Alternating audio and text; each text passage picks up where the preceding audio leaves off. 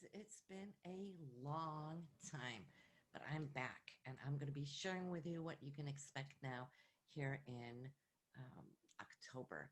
So it's a difficult time, has been with COVID and everything, and the major stellium that's been going on with Saturn and Pluto. And I've done a specific extra video on where you specifically are transforming in regards to that aspect. Okay, so you want to watch that video at the end of this one and see what more information that you can get out on it.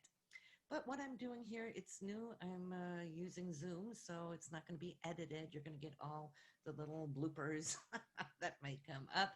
But I'm going to do a screen share so that we can look at your chart and so that you can follow along at what is coming up. So I'm going to bring you up right here, right now. You could see the October chart. And what is interesting is that this month, Aries, for you, I think the little video of me is up in the corner. It should pop up here a little bit later, just so I can enlarge it, but I'm not seeing it on my end, but I do think you're seeing it on your end. If it comes up, I will expand it. But anyway, we're not going to waste time on it. What we're seeing here, let me just see. Oh, goodness, I wanted the annotations. Bear with me. Where is it? Let me see. Go stop share. There. Oh, it just came up. So let's share again and see that it can come up maybe now. Um, but I'm going to put, there we go. That is good. So what I'm wanting to do is, let me see if I can select the video, make it a little bit bigger. Nope, nope, that's not doing it. Hey, come on, mouse. There we go. There we go. Much better. Thank you, Aries. Just, bear with me, but we got it. What I'm wanting to share with you is your chart. And this month, October, is going to be very important because why? The sun is in your seventh house. What does that mean? Well, it means that this month you're going to be specifically focusing on relationships, one-on-one relationships, whether it's your significant other or somebody that you work with closely. But it's all going to be about balance because it's Libra. For you, Aries, well, that is your opposite sign. So you're going to see reflections on people might be interacting with you as well. It's not just how you are sharing yourself with others, but how are they going to be sharing with you? Is it balanced? Is it good? Is it not, right? And what is particularly interesting this month is this. Let me put the little arrow on that. That is your new moon. And we've always talked about new moons and how we place our intentions, right? Super important.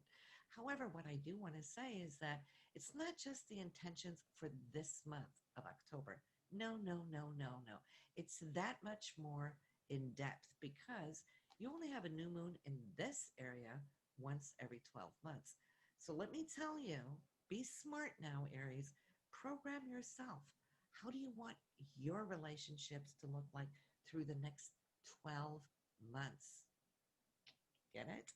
So the intentions is if you want a more harmonized interaction with people around you, this is the time. Put your intentions, visualize, and do your affirmations, whatever it is, your ritual, your magic.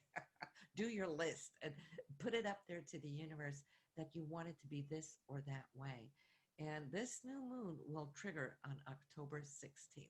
So make a note of that to put some time aside so that you could be essentially one with yourself, one with your heart and your vision.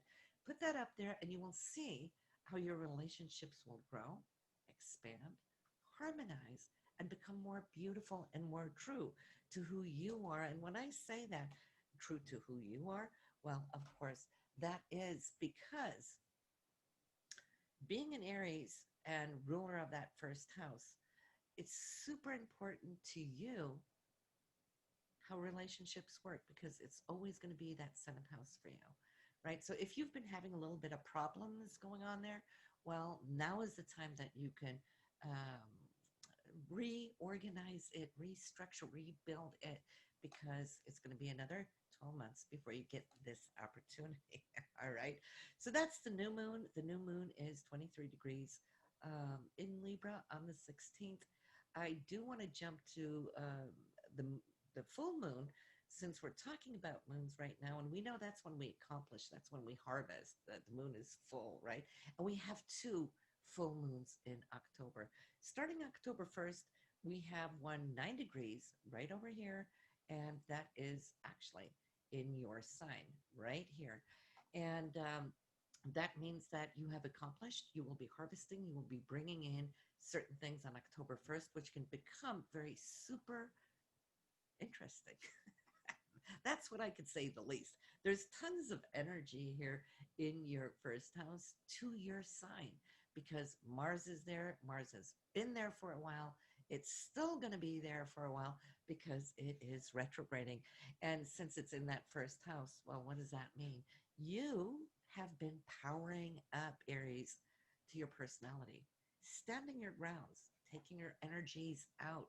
It's all about dynamics. It is you supercharging ahead with your ambitions to show the world, because since it's the first house, it goes out through your ascendants, right? To the people you know, to the people that meet you.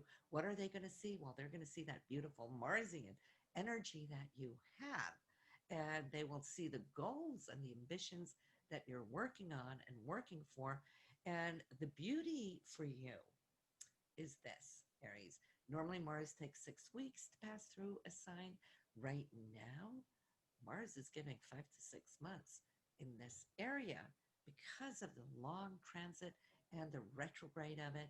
You're going to be able to really dig deep into that inner source, that capacity, and it is your ruler to lay a new foundation to show the world who you are, maybe the new you.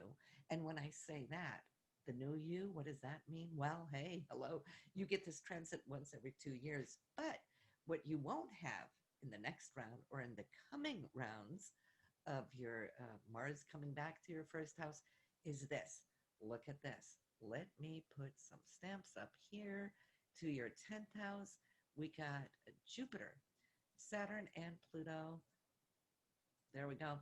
Jupiter, Pluto, Saturn, all there in your 10th house, career. So that's where you're working. These are your goals. This is where your major transformation is taking place. Like I said, at the end of this video, I have a separate video going more in depth for what this constellation up here, if you watch my mouse, you can see this energy placement, 10th house for career, your goals, and so forth. This is where the action is on and has been for all of 2020. What is that? Well, Jupiter expands everything it touches. You're wanting to grow. You're bursting at the seams. You want to really stretch what it is that you are wanting to achieve. Jupiter is giving you all the blessings that you need to accomplish this. So don't sit back. Don't be depressed because of COVID, that you might not be able to be out and socialize all that much. And I know that can be a little difficult because being an Aries and a fire sign, yes, you are social and you like to be in movement and so forth, but don't let this stress you. This for you is a gift. And why is that? Well, it's slowing things down with Mars, so it gives you extra time to work on the details of that restructuring of who you are. And see, the 10th house here isn't just career. It's the aims in life, the goals that we hold, that we want to achieve, climb, and grasp. And Pluto Saturn is helping that big time. Now, yes, we can feel sometimes the restrictions of Saturn. Why? Because of the rings, right? Ooh, can't do this, can't do that. There's limitations, and that might pile up, and we might get a little frustrated and angry, and Pluto's digging in there, right? Really digging to the core, and that purge can be painful, right? But whatever needs to go, you want to bless. Sometimes we cling to old structures, not because they're perfect. They might even be very complicated and frustrating, but we cling to them because it's better with the devil that you know that you don't know. And, Here is life. 2020 has been very hard and it's asking you to change in a new direction. It's like scary, but for those of you who are bold and want to explore new fields, good for you. Because Saturn is about mastering new skills, mastering new foundations. Pluto's ripping down. You know, a lot of you might have been furloughed or lost your jobs or having to look in new directions. Scary, scary, scary stuff because Pluto is harsh when it tears down our foundations that we've been used to. But the beauty of Pluto, and if we make Pluto our friends, oh my God, not only can we create magic, we can move mountains, we can reinvent ourselves, but the absolutely best of Pluto, because you know it represents death and dying, right? Um, Rebirthing. But what is the death? We're not talking physical death. We're talking death of the old I am. But what's the new I am? Well, that's the beauty. Right there is key. Pluto can give us a sense and a feel of a whole new incarnation while we're still in this body. That's how powerful Pluto can do when it restructures, rebuilds. It takes away the old life, the old chapters, the old book of life.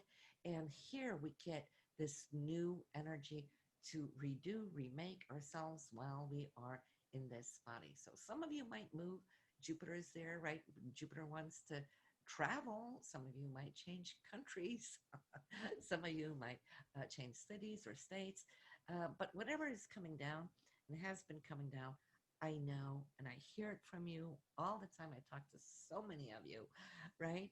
On a daily basis, doing the readings and just how difficult this Pluto Saturn can be, depending on where it's hitting, right? So now on the 20, no, not on the 23rd, on the 16th, I'm sorry, at that time of the new moon, we talked about how important this is in building relationships or uh, developing the relationships we have.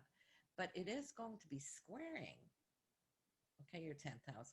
So you might find on this new moon, as powerful it is to think ahead, to program what you want over the next month, the next 12 months, that hold that vibration, hold that vision, even though it's going to be squaring Jupiter, Saturn, and Pluto on that very same day. There might be an interaction, there might be some conflict between you and a partner because the moon is sensitive, it's emotional, and Saturn can be cold and Pluto can be harsh when it's in a negative, hard angle. So there might be something that could feel like it's crashing your dream because the 10th house is our goals. Somebody might say something, or you might feel they're not supportive. And then it's like, oh, well, don't let that crash your intentions. Keep that separate. And you can do that. You can absolutely do that. But that's where the area that you are transforming right now and growing, it is your goals, ambitions, career, and whatnot. We do want to talk about Mercury. Mercury this month will retrograde from October 14th to November 4th. And we know that when we do have these retrogrades with Mercury, communication can go a little haywire. For you, it's going to be in the 8th house of money, other people's money, or you could see there might be delays on whether you're expecting a check. Maybe it is royalties and so forth, whatever it is, or any kind of communications. If you're looking for a loan, for example, they might be late at getting back to you. And if you have to sign any contract, especially that has to do with money, be careful, right? And wait to at least after November 4th. I always like to give it another at least 10 days for Mercury to get out of the shadow. Um, so, and then we got the second full moon on October 31st. Let me put an arrow right there, and that is this one. This for you is hardest time. Full moon brings things to the surface. For you, it's in the sign of Taurus, while it is for all of us. But for you, it's going to be in the house, the second house of money, income, and so forth. the beauty of it is that, let me put up a little thing right here. Let me put a little heart right there because why? Well, oops. Um, it's conjunct Uranus, and Uranus is surprise, the unexpected, that things that we don't see coming. So, could there be a surprise gift? Could there be extra money or maybe an offer where you can create some money? Whatever that is, you will like it. It will speak straight to that Taurian heart where you're thinking, yes, I got it in the box. It could be something that you're wanting, maybe even to launch, even though new moons are better to launch things. But even on a full moon, I would say when it is with Uranus, whatever money matters comes to mind on this date. Again, October 31st. You can look right down here and you can see that is that second full moon. The first full moon right here on October 1st, and the new moon is October 16th. So you have that, and of course, Mercury retrograde. We want to know that that too is something that we do want to pay attention to. These are the little highlights of the month. I will be back next month too. And of course, listen, Aries, if you know your moon sign or your rising sign, it will behoove you to go there right now. Listen to them as well. Why? Because everything that we've said here will, the planets are the same, but they're going to change areas in that chart. Your moon chart will have this new moon in a different area, which will give you insight exactly how you're going to emotionally be feeling because it's your moon chart. You know, that's all emotional. And your rising sign chart will show where the new moon is going to trigger off in whichever area your rising sign chart is. So listen to your sun sign every month, listen to your moon sign, listen to your rising sign. And then, of course, if you're curious and you know your partner's chart, go listen to his or her also reading for this month because we have a lot of deep transformation going on. And I haven't even gone through everything. Well, let me just add Venus. I haven't spoken about Venus this month. Venus is concluding its journey in Leo. Fifth house for you, Aries, that's all about love and romance, new love, and our children. But most and foremost, I would say self expression. So, this whole month here in September, while it was going through Leo, you were working on how can I express myself more so? If you have been single or you're still single, how can I find a potential new partner? Because your Venus is crying for that romantic energy, right? So we still have a little bit of that into the beginning of October before it's going to move into your sixth house, which has to do with your day to day routine, work, and that kind of thing. But hey, listen, thumbs up. Good to be back. You know, let your friends know that I am back. Share the video, and I will see you again next month. Have a good one, Aries. Bye now.